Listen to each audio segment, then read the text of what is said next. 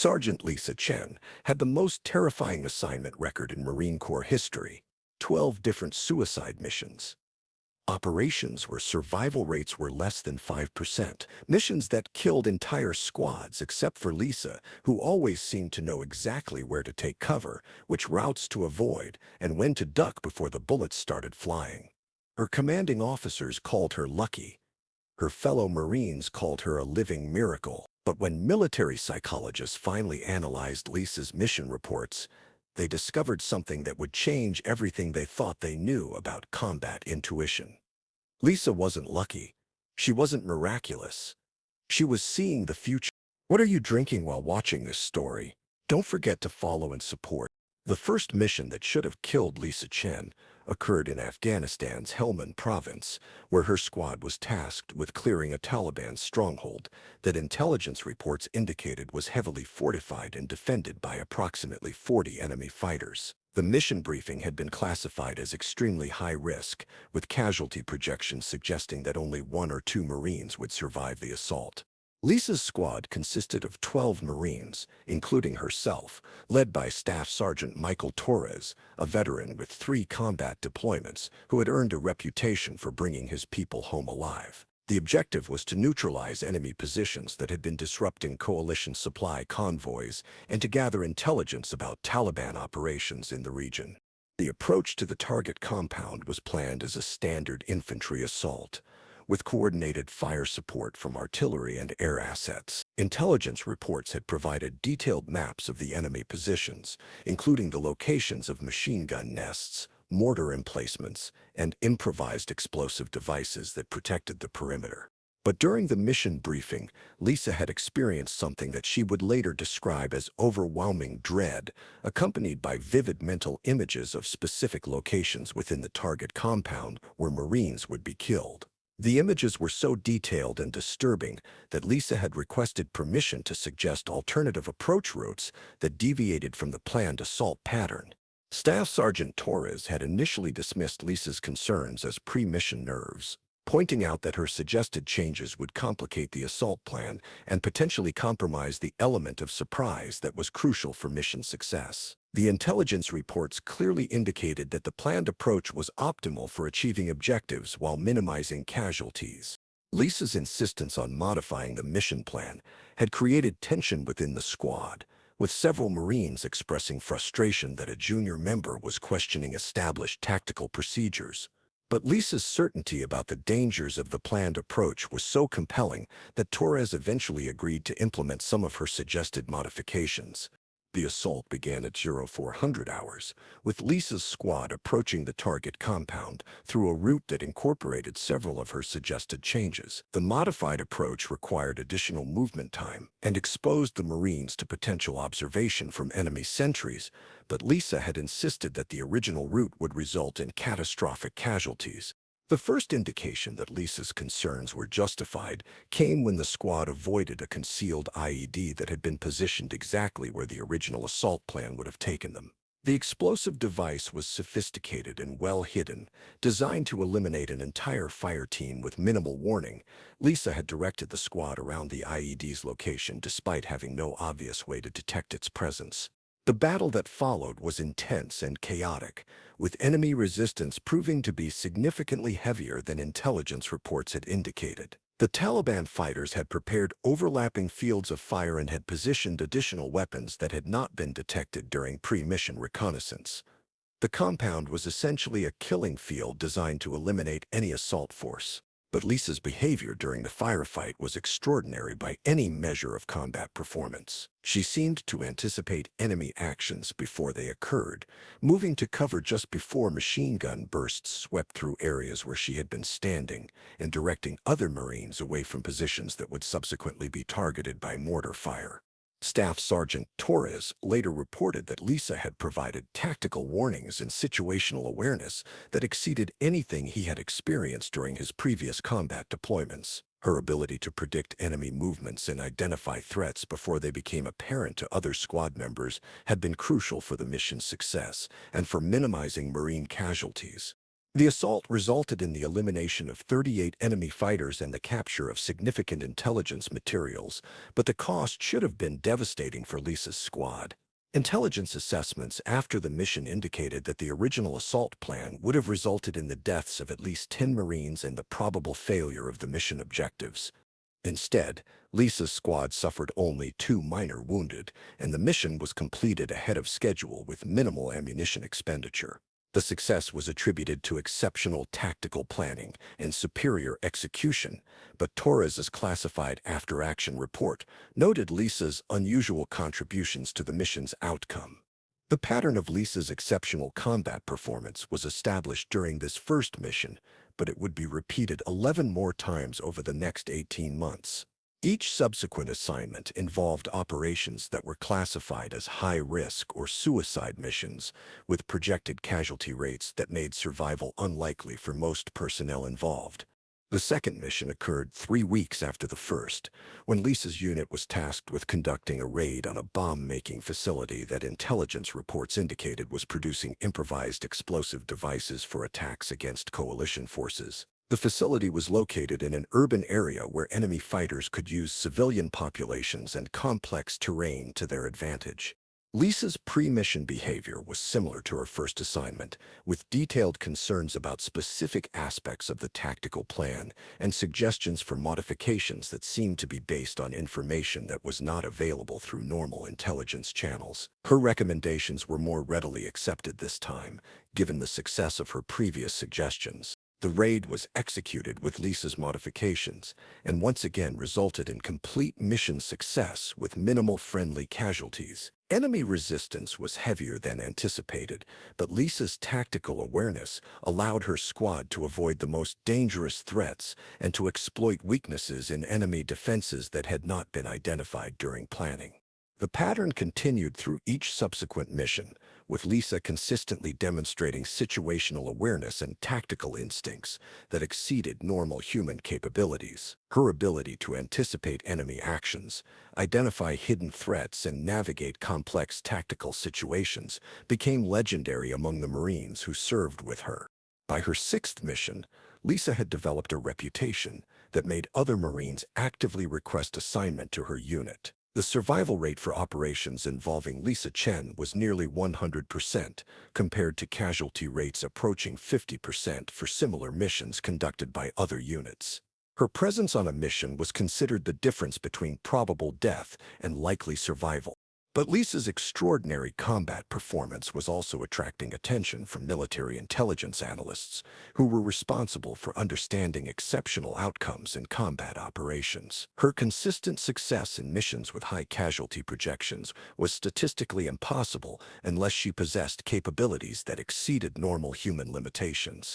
The investigation into Lisa's abilities began after her eighth mission, when she had successfully completed a solo reconnaissance operation that required her to gather intelligence from an enemy facility while avoiding detection by over 60 hostile personnel. The mission should have been impossible for a single Marine to complete, but Lisa had accomplished it with apparent ease. Colonel Sarah Martinez, a military psychologist specializing in combat performance analysis, was assigned to conduct a comprehensive evaluation of Lisa's tactical abilities and psychological profile. The evaluation was designed to determine whether Lisa's success was the result of exceptional training, natural talent, or factors that might indicate previously unknown human capabilities. The psychological testing revealed that Lisa possessed normal intelligence and standard military aptitude scores that were consistent with successful Marine performance, but did not indicate exceptional abilities. Her personality profile was within normal ranges for combat personnel, and her training scores were good but not outstanding compared to other Marines with similar specializations. But the neurological testing produced results that were unprecedented in military medical literature. Lisa's brain activity patterns during simulated combat scenarios showed unusual activation in areas associated with temporal perception and predictive processing. Her neural responses suggested that she was processing information about future events in ways that had never been documented in human subjects. The breakthrough in understanding Lisa's abilities came when Dr. Martinez conducted testing using virtual reality combat simulations that incorporated randomly generated threat scenarios. Lisa's performance in these simulations demonstrated her ability to respond to threats before the computer program had generated them, suggesting that she was accessing information about future events through mechanisms that science could not explain. The testing revealed that Lisa's precognitive abilities were most pronounced during high-stress combat situations, when the threat of death or serious injury was imminent. Her brain activity during these scenarios showed patterns that resembled documented cases of temporal displacement, where individuals reported experiencing future events before they occurred. Dr. Martinez's report on Lisa's abilities was classified at the highest levels and marked for review by scientific advisory committees that specialized in evaluating unexplained phenomena with potential military applications. The implications of Lisa's capabilities were profound, suggesting that human consciousness might be capable of accessing information about future events under specific conditions. The military's response to Lisa's documented precognitive abilities was to establish a classified research program designed to study her capabilities and to determine whether similar abilities could be developed in other personnel. Lisa was transferred to a special operations unit where her abilities could be utilized while being studied under controlled conditions. The research program involved extensive neurological monitoring during combat operations, with Lisa's brain activity being recorded and analyzed in real time to understand the mechanisms underlying her precognitive experiences. The data collected during these operations provided unprecedented insights into human consciousness and the nature of temporal perception. Lisa's 12th and final suicide mission was conducted as part of the research program, with her precognitive abilities being tested under the most extreme conditions possible. The mission involved infiltrating an enemy command facility that was considered impregnable, with the objective of gathering intelligence that could prevent a major terrorist attack.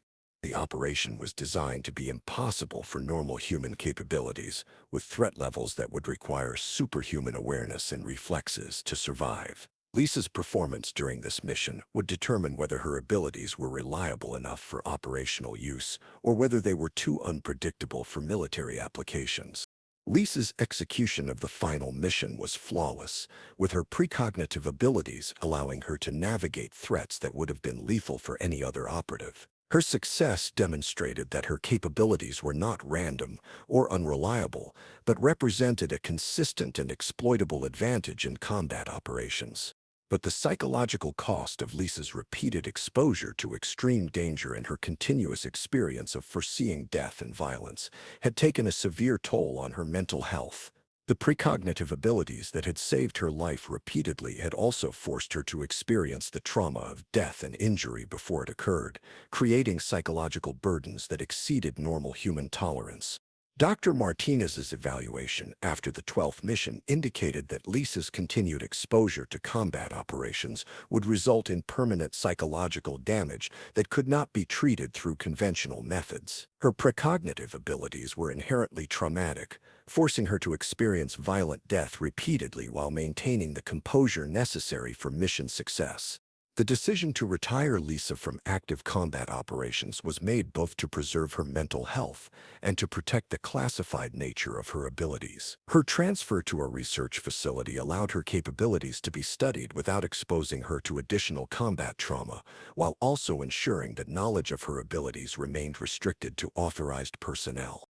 The research program that grew out of Lisa's case became one of the most classified scientific initiatives in military history, investigating the potential for human consciousness to access information about future events and the military applications of such abilities.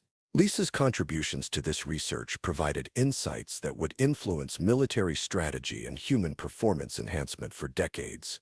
The Marines who had served with Lisa were debriefed about their experiences, but were not informed about the scientific findings regarding her abilities. They were told that Lisa had demonstrated exceptional tactical instincts and situational awareness, but the true nature of her precognitive capabilities remained classified to protect both the research program and Lisa's privacy.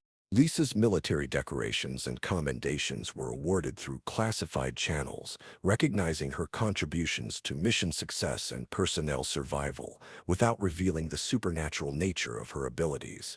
Her service record was sanitized to remove references to her precognitive experiences, creating an official history that portrayed her as an exceptionally skilled but otherwise normal Marine. The long-term implications of Lisa's case extended beyond military applications to fundamental questions about human consciousness and the nature of time. Her documented ability to access information about future events challenged basic assumptions about causality and temporal progression that had guided scientific understanding for centuries. The research program established to study Lisa's abilities continued for years after her retirement from active duty, with scientists attempting to understand the mechanisms that had allowed her to see future events and to determine whether similar capabilities could be developed in other individuals through training or technological enhancement.